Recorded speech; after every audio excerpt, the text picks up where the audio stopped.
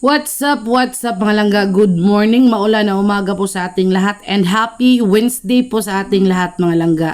So alam nyo naman kapag Wednesday ay tabo day or market day dito sa bukid. Kaso lang, yung ulan ay walang tigil talaga mga langga mula pa kagabi hanggang ngayong araw na to. Grabe talaga yung ulan kaya ayan, kung nakikita nyo po, mas tumataas na naman yung tubig sa sapa. Pero bago natin ipagpatuloy ang ating video mga langga, gusto ko lang pong i-shout out, mega love shout out to Ma'am Nens Bandukilyo. Hello Ma'am Nens Bandukilyo, and of course, our lovable Tita Idol from Germany. Shout out po sa inyo. Shout out to Tita Vivian Mariano. And of course, sa lahat ng mga sumusuporta at nagmamahal sa Langga Insect Vlog. So, ayan mga langga, as you can see, ay kasama ko si Papa, si Insect, tsaka si Muna. Mga langga, papunta po kami sa tabo namin, dito sa aming mga talipapa, dito sa aming tabuan or sa aming market, mini market dito sa bukid mga langga. So, as I promised, nag-promise po ako sa inyo na itutour ko kayo one of these days sa aming tabo or sa aming market. Kaya ngayon na ang araw na pinakahihintay nyo mga langga. So, panoorin nyo mabuti kung ano yung sitwasyon during tabo day dito sa bukid mga langga. Pero ngayon medyo matumal at medyo konti lang yung tao ngayon mga langga dahil maulan nga. So, yung mga nasa tuktok talaga ng bundok, yung mga nasa medyo malayo talaga ng bukid ay parang nahirapan silang bumaba dito sa patag. Kaya medyo konti lang yung mga nagtitinda ngayon at medyo konti lang din yung mga namimili. Dahil nga po maulan at sobrang dulas ng daan mga langga. Kaya pahinahinay ako dyan at hindi ako talaga humihiwalay kay Insect dahil baka matambling tayo, mukaliring tayo sa sa sapa at lumutang tayo. So, unang-una namin pinuntahan ni Insect, ni Papa at ni Muna ay itong nagtitinda ng gulay. So, siya si Ate Cora. Meet Ate Cora, char. Siya yung nagtitinda ng mga gulay dito mga langga. So, si Ate Cora ay malayo din yung kanyang bahay. Sobrang layo, nasa Mount Capayas pa. So ang layo talaga ng bahay niya. So ang hanap buhay niya ay ito, pagtatanim ng mga gulay. Tapos yung mga gulay niya na tinatanim doon, hina-harvest niya tuwing Miyerkules at ititinda naman niya dito sa Purok. Yung tinatawag namin dito na Purok mga langga dahil dito kami sa sentro Purok Agsuaw nakatira. Dito yung nagaganap yung tabo o yung kalakalan sa Tagalog pa. Yung kalakalan ng mga iba't ibang produkto mga langga. So dito naman, dito sa parte na to ay dito yung mga gulayan. So dito dinidisplay ang kanyang mga hina-harvest na gulay. Gaya niya nakikita niyo spinach or alugbate, meron ding pipino, meron ding yung upo, and of course yung maraming gabi na bagong kuha lang talaga mula sa kanyang pananim. So kapag ganitong tabo mga langga, dito nyo makikita, dito nyo matitigman talaga yung mga bagong pitas or yung mga bagong ani na mga gulay, prutas galing sa kanilang mga garden. Meron ding iba hindi, gaya ng hinog na mangga. Parang yung iba nag-aangkat na sila ng ibang produkto mula bayan papunta dito sa bukid. So, ayun mga langga, uunahan ko na po kayo. Pasensya na po kayo kung vino-voice over ko na naman itong ating video, itong ating vlog for today because grabe po yung lakas ng sounds talaga ng kapag ganitong mga araw, talagang nilalakasan ng aming kapitbahay yung kanilang sound system dahil maraming tao at para bibo din ba yung paligid bitaw. So, okay lang naman. Sana okay din sa inyo na vino-voice over ko at narinig nyo naman yung napakaingay kong boses. So, pasensya na po kayo. I-voice over ko talaga po para maintindihan nyo, ma-explain ko sa inyo yung kaganapan. Tapos, sobrang ingay din ng mga tao dito sa sa paligid. Baka, yung iba kasi mga jokes na baka hindi nyo masakyan ba. Kaya eto, nagvo-voice over na lang po tayo mga langga, no? So, yung nabili namin po dyan, bumili po kami ng gabi. Then, bumili din po ako ng 2 upo. Binakuha ko kay Insect 2 upo kasi yun lang yung patola pala. Bumili ako ng 2 patola. Yung natira lang na 2 patola, yun inubos ko yun. Tapos yan, bumili din ako ng gabi or sa amin Carlan. Iba-iba kasi yung pangalan ng gulay mga langga sa iba't iba ding lugar. So sa kanila dito, gabi. Tapos sa amin dun sa Bohol, karlan. Tapos meron naman ditong pipino pero hindi na po ako bumili kasi meron pa akong pipino dun sa ref. Tapos bumili din ako nitong alugbati, spinach dahil plano ko talaga mga langga na magtitinola ako na isda ngayon. So ayun, bibili tayo mamaya ng isda tapos lalagyan natin ng patola tsaka yung alugbate. So pagkatapos namin dyan mga langga, punta na kami dito sa punta na kami ni Insik dito sa may nagluluto ng bibingka. So pasensya na kayo kung hindi ko na mapakita yung process ng pagluluto ng bibingka kasi medyo malayo kasi at medyo baka magalit yung may-ari. So papakita ko lang sa inyo yung kanyang pwesto. So ito yung pwesto ng nagtitinda ng bibingka. Yung kanyang bibingka naman yung tinatawag namin na hinudnong bibingka, yung niluluto sa sa kanang yung kuan bitaw ng niyog, yung book, yung ng niyog, ano ba yan? Basta may hinudno, gawa sa hudno. So yan kanang parang bigas yan na giniling ba. So ito yung delicacy ng Katmon. So sa lahat ng mga nakapunta dito sa Katmon, ito yung isa sa pinakasikat na delicacy sa Katmon. Kapag napag-usapan ng Katmon, hindi nawawala yung bibingka talaga. So kung makapunta kayo dyan sa bayan ng Katmon, makikita nyo yung maraming stall na mga nagtitinda ng bibingka. Iba't ibang stall, iba't ibang tindahan, iba't ibang tindera. Pero iisa lang yung tinda, bibingka. So kahit gaano pa yan kadami mga langga, mauubos at mauubos yan everyday talaga. Sobrang dami. So kaya yung ibang mga nakapunta dito sa Katmon, tapos uuwi na sa kanila, yun talaga yung kanilang pasalubong, yung bibingka. So dito naman tayo sa mga nagtitinda ng iba't ibang klaseng mga mga patalim. So ayan, may mga nagtitinda din ng mga iba't ibang prutas. So ito yung sinasabi ko na medyo nag-aangkat na sila doon sa ibang tindahan sa bayan, tapos itinitinda nila dito. So merong mga hinog na mangga.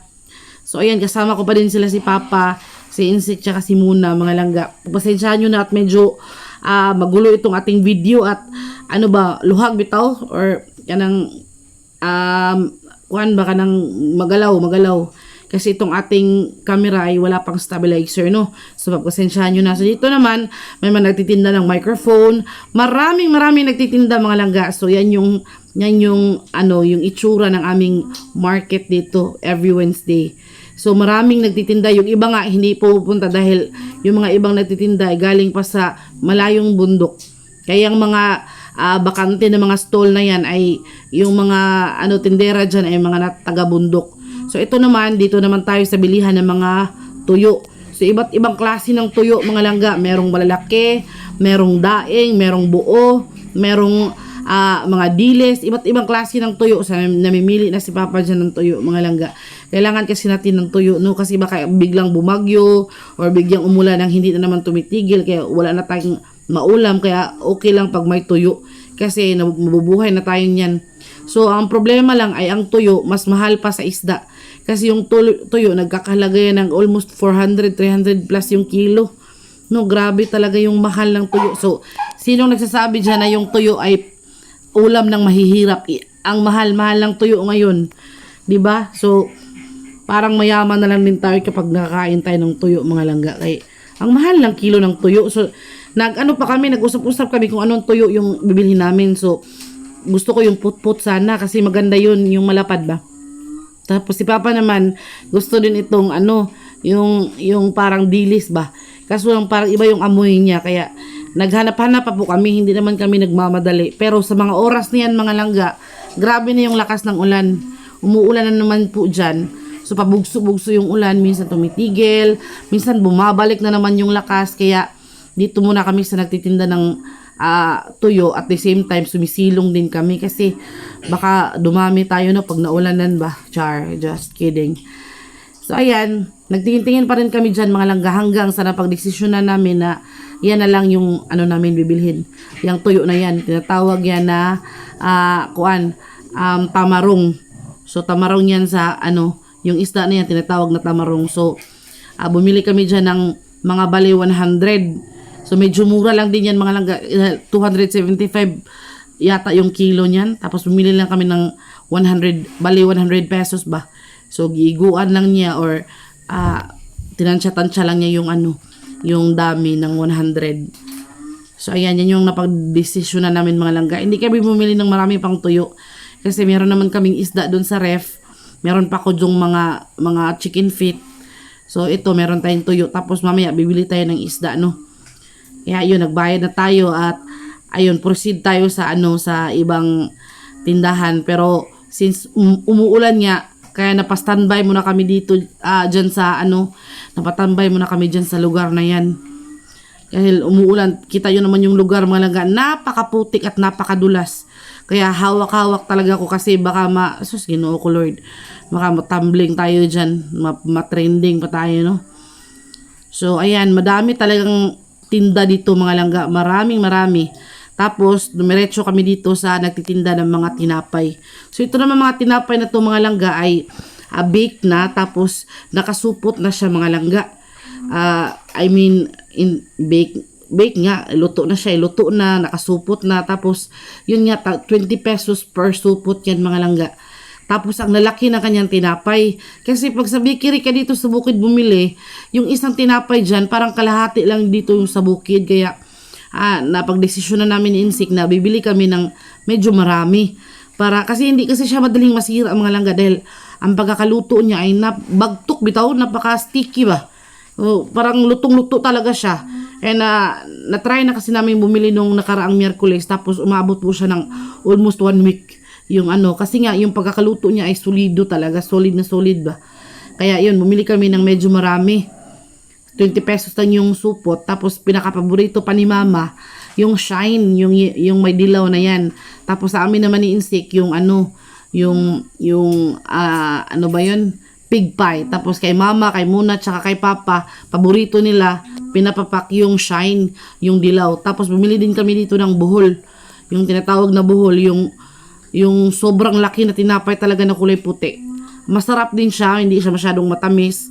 Basta masarap siya, tapos siksik na siksik yung laman niya. Sulit na sulit yung 20 pesos mo. Kaya yun, pagkatapos namin bumili, proceed na naman kami sa ibang lugar mga langga. Ikot-ikot na kami dyan. Ganyan talaga kapag namimili, no. Maghahanap tayo ng de kalidad, mura at masarap na mabibili.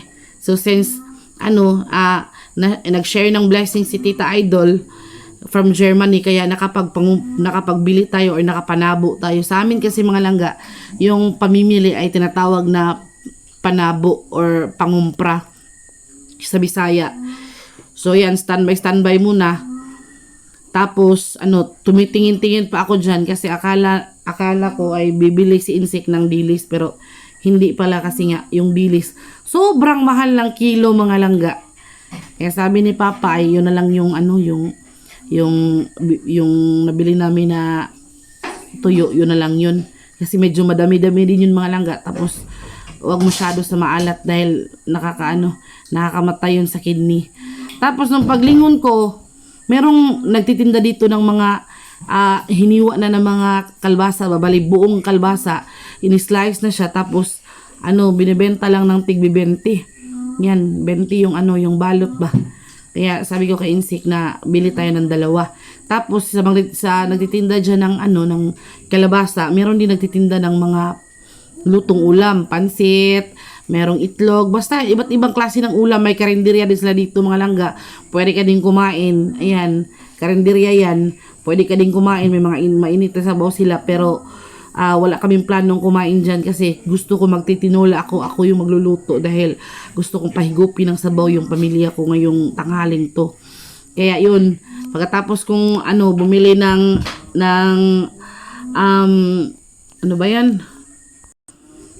ng kalabasa mga langga at nakapagbayad ay ayun, proceed na naman kami sa ibang lugar. Pero umuulan na naman, kaya dito sumisilong na naman po kami dito sa isang tindahan. Yung mga nagtitinda din kabila ng ng tuyo. Pero dahil marami ang mga trapal dyan, hindi na kami nababasa, kaya patingin-tingin pa rin kami sa pwede naming bilhin, no? Kasi meron pa namang konting pera na natira. Kaya yun, ibibili natin para konsumo ba sa isang linggo bitaw.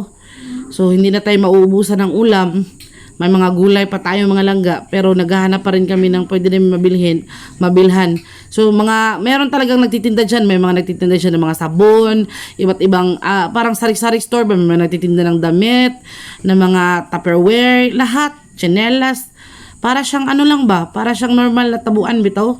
Pero nandito lang sa bukid, mga plasticware na yan, may mga laruan, iba't ibang klaseng tinda, mga langga, so you can name it.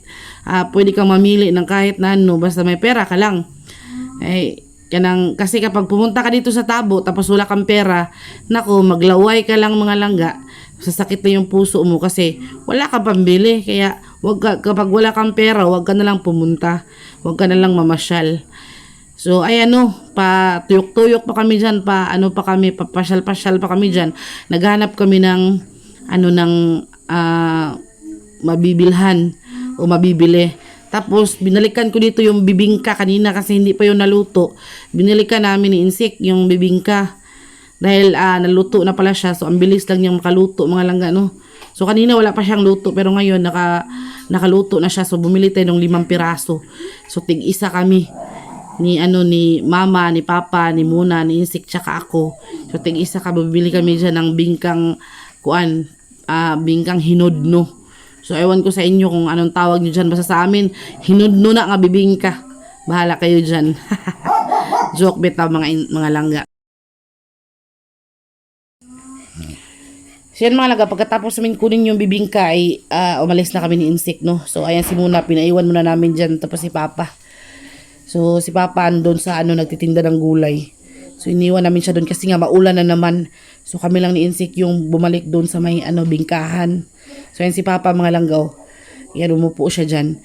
Kasi umuulan na naman po lagi. Yung araw na to mga langga, sobra talaga yung ulan. So tumataas na naman yung tubig sa mga langga. Kaya nahihirapan na naman yung iba na tumawid. Yung iba nga talagang tumatawid talaga na na bahala na. So, ayun, pumunta kami dito mga langga sa suki namin, yung mga ginagayat bitaw na mga gulay. Yung merong gabi, merong kalabasa, merong okra, may talong, basta mix na gulay mga langga na sinusupot-supot na ba. So, yung supot niyan ay 30 pesos yung supot. So, ayan, ang dami-daming tinda niya, merong mga okra. Pero yung binili ko nito mga langga ay itong gulay talaga. Gusto kong bumili ng maraming ganyan. Kasi kapag nilagay mo siya sa ref, kahit mga ilang araw, hindi siya nalalanta, hindi siya nasisira. Kasi fresh na fresh yung gulay. Kasi si Mama Agnes, yan din, relative din nila ng Insik. Yung kinabubuhay, hanap buhay nila ay pagtatanim din ng mga gulay kasi nasa bukid kasi sila mga langga. Ang layo din ng bahay nila. So, kapitbahay sila ni Mama or ni Papa nung lumang bahay nila doon sa bukid. So, medyo malapit-lapit sila doon. Kaya yung hanap buhay talaga nila ay pagtatanim ng mga gulay, mga talong, mga okra, mga iba't ibang klase ng gulay talaga. Tapos ginagayat nila ng ganyan para yung mga mamimili hindi na nahihirapan. Tapos binibenta nila ng 30 pesos per supot. So hindi na hindi na lugi kasi sa isang supot ay parang 1 kilo yata. Tapos marami na iba't ibang gulay na. Kompleto na siya, may gabi, may okra, may kanang meron na ding talong mga langga, may kalabasa na. So, yan, kompleto na talaga yung sa isang supot, mix na yung gulay niya, tapos sobrang fresh na fresh pa. Kasi kahapon pa lang, namimitas na sila, tapos sa gabi, ginagayat na nila, o sa madaling araw, ginagayat na nila. Tapos, yun, binibenta nila dito sa Tabo. So, yun mga langga, gusto ko talagang bumili ng marami-rami nito mga langga kasi gusto kong kumain yung mga magulang ko ng gulay everyday. Kahit sa isang kainan lang gulay tapos isda. Yun naman lagi yung inuulam namin kasi yun yung pinaka-safe at pinaka-healthy na pagkain talaga yung gulay. So hindi talaga po pwede sa akin na hindi magugulay araw-araw. Lalo na mga langga dahil itong yung mga magulang namin ay medyo tumatanda na.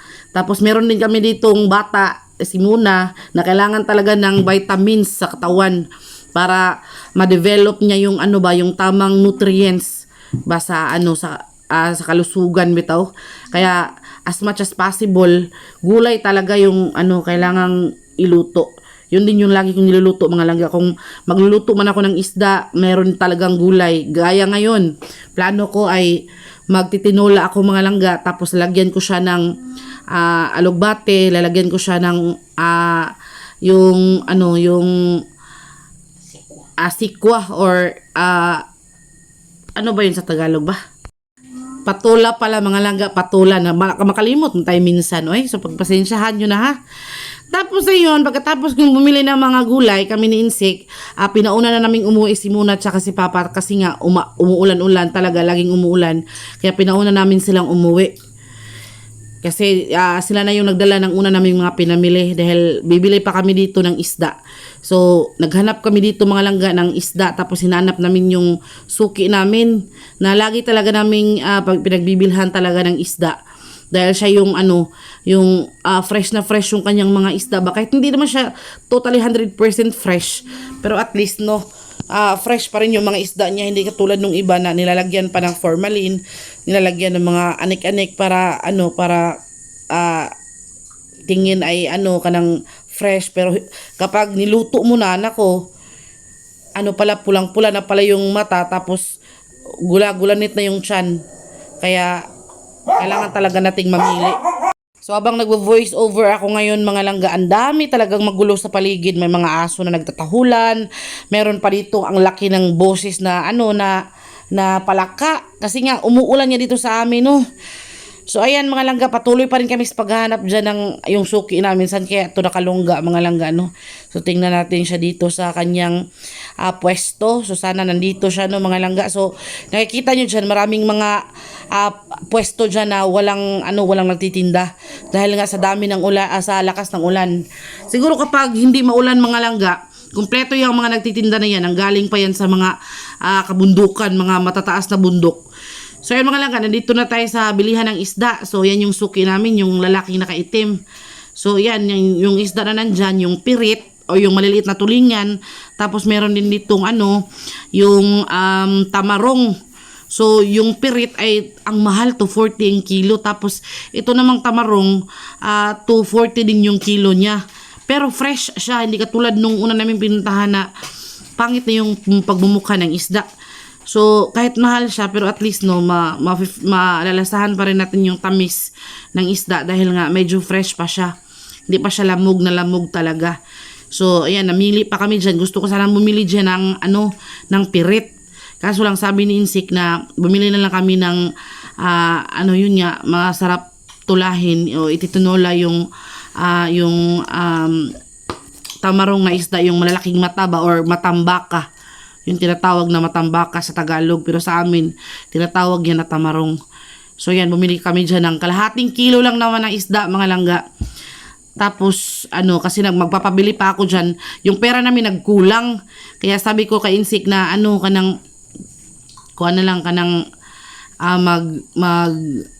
babalik na lang siya sa pirit.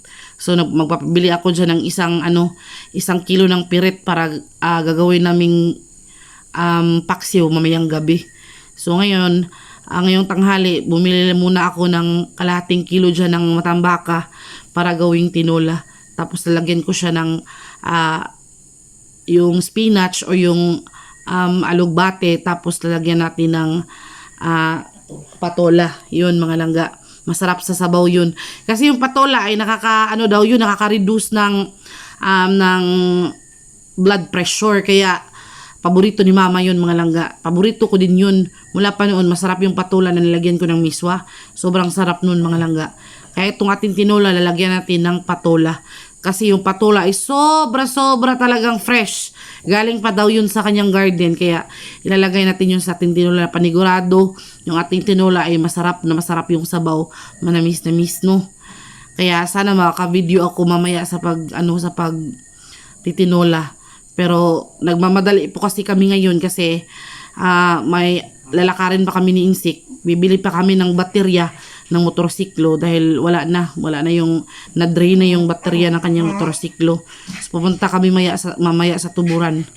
So kaya nang madali ako dyan mga langga dahil pagdating sa bahay ay magluluto pa ako tapos manananghalian pa kami. So pagkatapos ng tanghalian plano namin na pumunta na ng Tuburan. Kasi medyo malayo din yung Tuburan mga langga kasing layo ng bayan. Parang nasa 24 kilometers din or mas malayo pa yung Tuburan. Kaya kailangan talaga na medyo agahan namin. Kasi hindi namin alam, lalo na ngayon sa panahon na umuulan-ulan talaga, mahirap din yung pagbebiyahe kasi masyadong madulas. So, ayan. So, sana na kayo sa pinapakita ko, no? Kasi napakita ko na sa inyo yung kung ano yung sitwasyon or kung ano yung itsura ng aming market tuwing Tabo Day or tuwing Market Day sa Wednesday, mga langga. So, ito yung sitwasyon, ito yung itsura, ito yung mga tinda ng mga tindera dito sa market. Marami din kumpleto. May mga itlog, may mga bigas pa nga dyan. So, kulang lang talaga sa iyo kapag kapag magtabo ka ay kailangan mo talaga ng pera. So, kung konti lang naman yung pera mo, yung kailangan mo lang bilhin, yung bibilhin mo lang, yung kailangan mo talaga, yung kailangan ng pamilya. Gaya ng bibilhin namin ngayon, bibili pa kami dyan ng brown sugar kasi naubusan na kami ng brown sugar. Tapos, kanang magkakape kami every morning. Kaya hindi pwedeng wala kaming asukal or wala kaming kalamay dyan, brown sugar. Kaya, so, ayan, nakikita nyo, marami nagtitinda ng sabon para ding mini groceries. So, maraming tinda dyan. Pero, pagkatapos ng Tabo, mga langga, paghapon yan, magliligpit na yan sila. So, yung iba dyan, galing pa ng bayan. Yung iba, yung mga ganitong mga tinda, gaya ng mga paninda ng sari-sari store, itong mga sabon, galing yan sa bayan. So,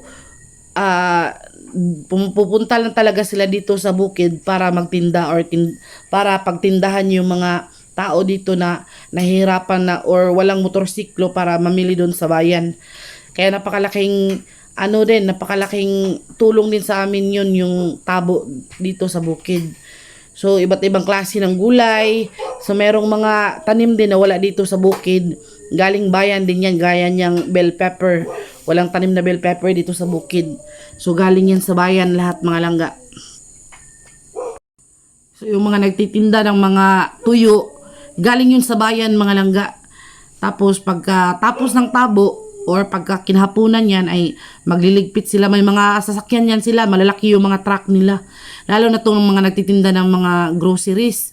Yung mga groceries, mga sabon, mga iba't ibang klase ng mga paninda, basta paninda sa groceries. Meron yung malalaking truck na kinakargahan nila. So, ayan, yun yung binili namin. 1/4 lang naman na asukal. Kasi yan lang yung kulang sa ating ngayon nabili. So pagkatapos niyan, mga langga, uuwi na tayo kay naubos na yung ating puhunan. So at least nakabili na tayo ng medyo marami-rami na konsumo para sa isang linggong konsumo, mga langga, sa pamilya. So yung mga needs lang talaga natin yung kailangan nating bilhin. So yan, mga langga, So maraming salamat sa inyong panunood sa aming pamimili, mga langga, Sobrang nakakaaliw mamili, mga langga. Sobrang nakakalibang. Talaga, lalo na kapag nakikita mo yung maraming tao, maraming paninda. So marami ka sanang gustong bilhin, Kaso lang kailangan mo mag-budget kasi marami pa namang araw. So meron pa namang ibang Tabo. So kailangan lang talaga natin yung mga pangangailangan sa isang linggo. So ang importante sa atin ay hindi tayo maubusan ng mga pangsahog sa ulam, gaya ng sibuyas, bawang, yung mga main ingredients talaga ng pangsahog sa ulam. Meron tayong gulay, meron na tayong tuyo. Tapos, pinuntahan namin yung kakilala ni Insik na nagtitinda din dito ng banana Q, pero hindi kami bumili. Kasi meron na kaming bibingka. So, meron lang tinanong si Insik dito sa kanyang suki sa banana Q. Kasi parang sasakay yata or pasahero niya yata ito, kaya ayun, na pag-usapan mo, meron na nag-uusap muna sila sandali. Sinamahan ko na lang si Insik, baka baka maligaw si Insik, no, baka umuwi ng ibang bahay, kaya kailangan talaga nating bantayan at samahan kahit saan pumunta, char. But just kidding. Insik is very honest, si Insik sa aming pagsasama. So ayun mga langga, fast forward tayo, nakarating na tayo dito sa bahay, no. So agad-agad binuksan ni Papa yung balot ng ng bibingka. So ayan, naghati-hati na kami ng isang bibingka lang naman mga langga. So kasi sinabi ko, wag na kayong kumain ng mga anik-anik kasi mamaya ay magtatanghalian na tayo. So baka mawala naman kayo ng ganas tanghalian. So kailangan na natin yung kailangan nating humigop ng sabaw para sa kalusugan ng katawan, char. So ang sarap ng bibingka diyan mga langga. So yung bibingka na yan mga langga ay gawa yan sa ginaling or yung dinurog na bigas ba. Tapos yan. So masarap kumain mga langga kapag sama-sama yung pamilya, no. So maulan pa rin sa labas, so sana tumigil na siya dahil maya-maya ay aalis na kami ni Insik pagkatapos namin magtanghalian. So kain tayo mga langga, kain tayo dyan ng bibingka. So ayun, ulitin ko po, maraming salamat po sa inyong lahat sa patuloy na panunood ng aming mga videos ni Insik at sa aming pamilya, at sa sa lahat ng mga sumusuporta lagi sa amin. Thank you very much.